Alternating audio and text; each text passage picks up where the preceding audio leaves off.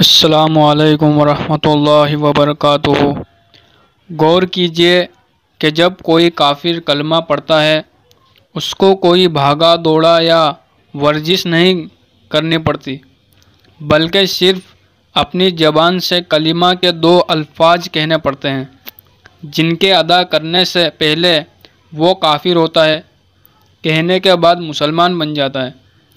پہلے اللہ کا دشمن تھا، اب اللہ کے دوستوں میں شامل ہو جاتا ہے۔ پہلے شیطان کا بندہ تھا، اب رحمان کا بندہ بن جاتا ہے۔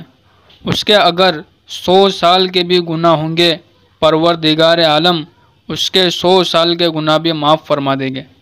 تو معلوم یہ ہوا کہ زبان سے نکلنے الفاظ کے بعد اس کی زندگی کا بالکل ہی رخ بدل جاتا ہے۔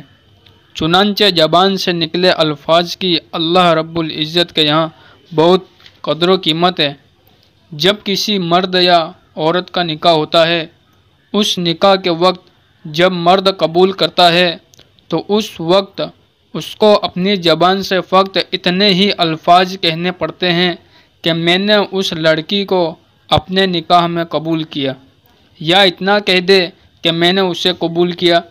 اتنے چند لفظ کہنے پر وہ لڑکی جو اس کے لیے غیر محرم تھی، جس کی طرف دیکھنا اس کے لیے کبیرہ گناہ تھا، جس سے بات چیت کرنا اس کے لیے حرام تھا، وہ لڑکی اتنے الفاظ کہنے کے بعد اس کے لیے محرم ہی نہیں بنتی بلکہ شریع حیات بن جاتی ہے۔ اب یہ اس کے ساتھ پوری زندگی گزارتا ہے۔ تو سوچئے کہ نکاح کے وقت فقط چند الفاظ کے بولنے پر 2 انسانوں میں کتنی جدائیاں تھیں، اب وہ اتنا قریب ہو گئے کہ کہنے کو تو جسم 2 ہے مگر ان دونوں کے جسم ایک جیسے ہیں، یہ خوشی اور غمی کے ساتھ بن جاتے ہیں۔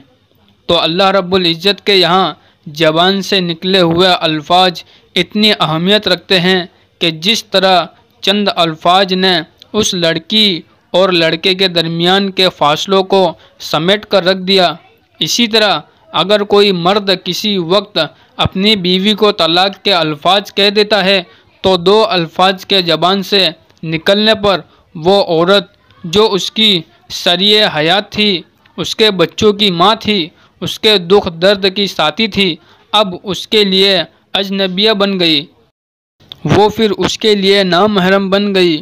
تو نکاح اور طلاق کے چند الفاظ سے انسان کی زندگی میں کتنی تبدیلیاں آ جاتی ہے، اس سے اندازہ لگانے کی ضرورت ہے کہ انسان کی زبان سے نکلے ہوئے الفاظ اللہ رب العزت کے یہاں کتنا وزن رکھتے ہیں، اور ہم ہیں کہ زبان سے الفاظ نکالے ہی چلے جاتے ہیں اور احساس بھی نہیں رکھتے کہ ان الفاظ کا کیا مطلب ہے اور دوسرے پر اس کو کیا اثرات مترتب ہو رہے ہیں۔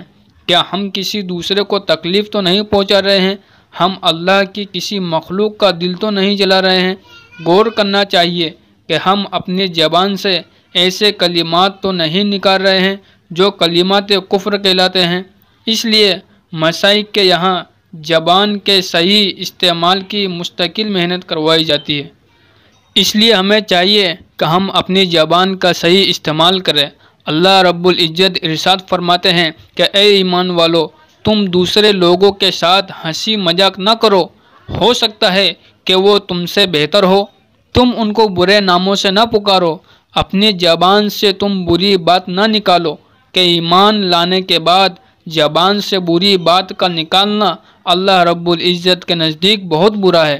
تو گویا ہمیں اچھے اخلاق اپنانے کی تعلیم دی جا رہی ہے اور اس بات کو سمجھایا جا رہا ہے کہ زبان کو سوچ سمجھ کر ہم استعمال کیا کریں۔